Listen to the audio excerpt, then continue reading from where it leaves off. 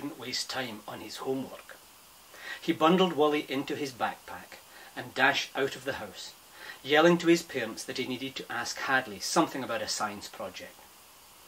As he ran down the familiar path, squeezed between the rose bushes, rounded the fish pond and found the gap in the hedge that led to Hadley's driveway, he slowed his pace and looked around. The sky was full of storm clouds, and a sense of rain was in the air. It was hard for Finn to push away a feeling that his happy childhood had been invaded by something evil. He found Mr. and Mrs. Kobayashi in their kitchen, staring at an object in the centre of the kitchen table. It was a shapeless blob of clay that had been painted blue, black and grey before being fired in the kiln. Hadley's mom kept switching her glance between the grey-black blob and her husband's face. He in turn looked nervous, as if unsure what comment to make. He made use of Finn's arrival as a distraction. "Hey Finn, what do you think of this?" "It's my newest creation," said Riverstrong grandly. "I call it fallen sensibility. It represents what happens to an artist's creative centre when it gets crushed under the weight of dull daily chores." Finn had even less time for this nonsense than for his homework. "Looks great, Mrs. K. Is Hadley upstairs?" Hadley's mum frowned. "Oh, you barely looked at it. But what can I expect? You're only a child. You lack the artistic imagination of someone who has truly suffered. Listen, did your father get a chance to look at the art pieces I left on your front steps last week? Tell him that I just want his honest opinion." Finn already knew his dad's honest opinion about Riverstrong's latest so-called art, and it wasn't a very high opinion. Finn could remember hearing the phrases derivative rubbish and Hockney's got more talent in his toenail being mumbled from his dad's study, and although Finn wasn't sure exactly what those phrases meant, he could tell they weren't what you would call compliments. "I'm not sure, but I'll remind him when I get back home," Finn said. "You're playing basketball this quarter?" said Hadley's dad. "Hadley's doing basketball and gymnastics and plans for working out for track." "Yeah, that's great, Mr. K. Hadley's a great athlete." "It's you I'm talking about, young man. You need to do more exercise. Look at me. I ran 8 miles this evening, and that was after a day full of..." Finn managed to make it to Hadley's bedroom before he heard the rest of Mr. Kobayashi's boast. Hadley was at her desk, hunched over her computer. Finn opened his backpack so Wullie could clamber out onto Hadley's bed. Finn said, "You'll never guess what happened at our house tonight, Hadley, when I got home." "There's no much worth seeing in this room," Wullie announced. "Bare carpet, bare walls, clean desk, shelves all dusted, wan solitary poster, nae comfy piles of dirty socks in sight. I'm surprised she lets a wee scruff bag like you in here, young Finlay." "Well, you can talk, you rude, smelly little..." Finn began. Hadley turned around, smiling sweetly. "Well, hello, wullie+the+mahaar+gome. It's so nice to see you again." She inspected him and looked concerned. "Are you all right? You look thinner." Wullie gave Finn a martyr's look. "I'm glad that someone's paying attention to their new guest. At least somebody knows how to be courteous and hospitable." "You're right, lassie. I've lost a wee bit of weight in the last 2 days. I've been exerting myself too much. I need to recharge my batteries." Finn asked, "Is that why you petrified for so long today? I thought you just turned yourself off to avoid having to listen to me yelling at you." Wullie chuckled. "Oh, I heard you just fine. So I'm a little Scottish coward, am I? I was just conserving my energy." "Can I get you something to eat?" Hadley asked. Wullie perked up. "Well, wouldn't you say no to a wee bowl of iron filings?" "Haven't had my porridge today." "You eat iron filings instead of oatmeal?" Hadley said. Wullie made a face. "Oatmeal? Ugh! Don't make me spew off his sticky, lumpy, gloppy stuff. Have you got a couple of Brillo pads?" "Brillo pads?" Aye, wee metal wool scouring pads for scrubbing dirty dishes, Wullie explained. Oh, you mean like SOS pads, filled with soap? Hadley asked. Wullie nodded his head eagerly. Hadley said, Ugh, you can't be serious. Finn snorted. Actually, that sounds like a great idea for him, Hadley. When I'm being rude and unpleasant and sarcastic, my mum threatens to wash my mouth out with soap and water. Ah, you didn't know what you're talking about. Steel wool is just like candy floss. Hadley looked puzzled. He means cotton candy, explained Finn. In Scotland, they don't call it cotton candy, they call it candy floss. I got some at a carnival in Oban when I was over in Scotland. I'm afraid I don't have iron filings or steel wool scouring pads, Wullie. Will any kind of metal do? Aye, I'm no that picky, Wullie said. Hadley opened the lids to some of her tins and boxes, and brought over a length of copper wire, a couple of rusty bolts, and a handful of zinc-covered roofing nails.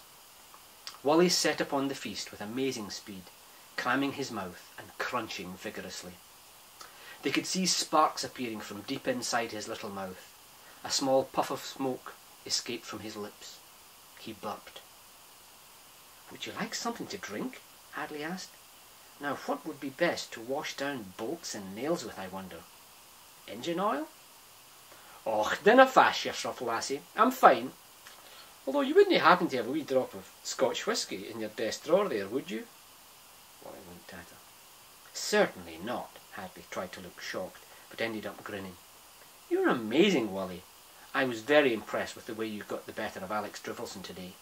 Aren't you scared of anything? Wullie finished the last couple of nails, then stood up to stretch. His middle looked slightly plumper and rounder than before. Oh, there are a few things that give me a fright right enough, he said vaguely. Hadley knelt on the floor beside the bed and rested her head in her hands, a few inches from Wullie's face. Like what? She said. What are you scared of? Tell us more about yourself, Wullie. Why have you come to visit? It was the first time Finn had seen Wullie looking nervous and uncomfortable. The little gome waved Hadley's question away with irritation. I thought you had some photographs you wanted to show the boy here. Thanks for dinner, lassie. I'm going to take 40 winks, to let it settle.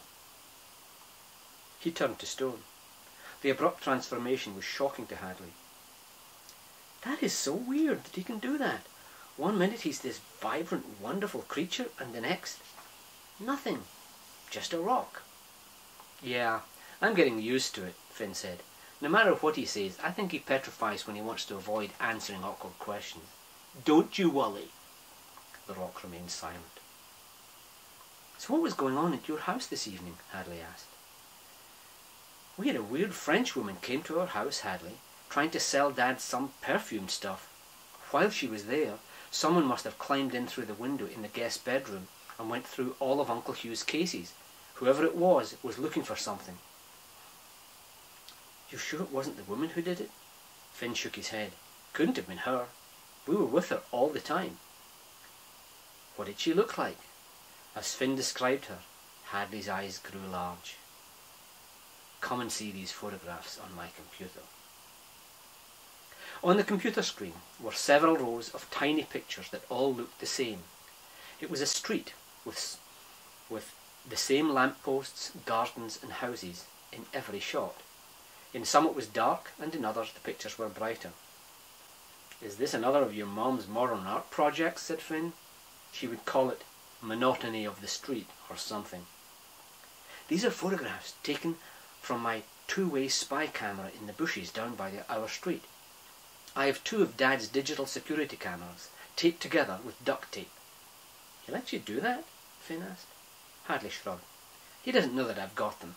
They're last year's models that were used for demonstrating to customers at one of his stores. He was going to throw them away anyway. I rigged them up to a timing device so that each camera takes one picture every 30 minutes.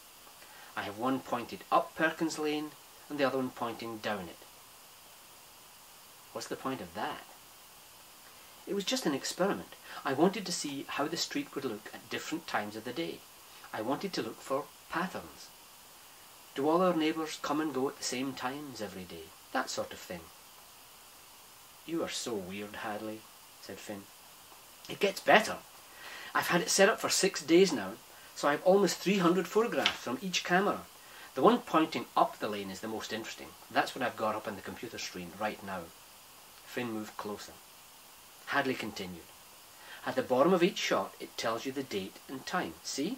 So like when it's 3:30 a.m, you can hardly see anything except light from the street lamps. She clicked the computer mouse and scrolled through the photographs, one after the other. See how you begin to get more details as it becomes daylight? Yeah, I guess. Finn remained unimpressed. Hadley clicked on one photograph and enlarged it. A red station wagon was parked in a driveway. Who does that car belong to, Finn? Well, that's the Johnsons' car. Right, and it's there in every photograph all night long, including the one at 6:30 a.m. But then look at the photographs from 7, 7:30 and 8 a.m. The car's gone. Well, of course it's gone, Hadley. Mr. Johnson probably goes off to work between 6:30 and 7 a.m. every morning, said Finn. Exactly. It's the same every morning. On the other hand, Mrs. Davidson leaves later. You can see her green sports car farther down the road, and it doesn't disappear until 9 a.m. And look at this. Hadley scrolled through more pictures. This one is taken at 10:30 in the morning on Wednesday. What's that? Looks like a garbage truck, said Finn without enthusiasm. That's right. And in the 11 o'clock picture you can still see it, but it's farther down the street. And by 11:30 it is gone. And it doesn't appear on Thursday or Friday at all. Finn was beginning to worry about his friend's mental health. Well, of course not, Hadley. Mom always asked me to put out the garbage on Wednesdays. Wednesdays is garbage day on our street. Exactly! Don't you see, Finn? These photos show the patterns of activity from day to day. I know it's mostly boring and predictable, but that's why it's so cool. Because it shows you when something unpredictable happens. Hadley paused dramatically. Now she had Finn's attention. Like what?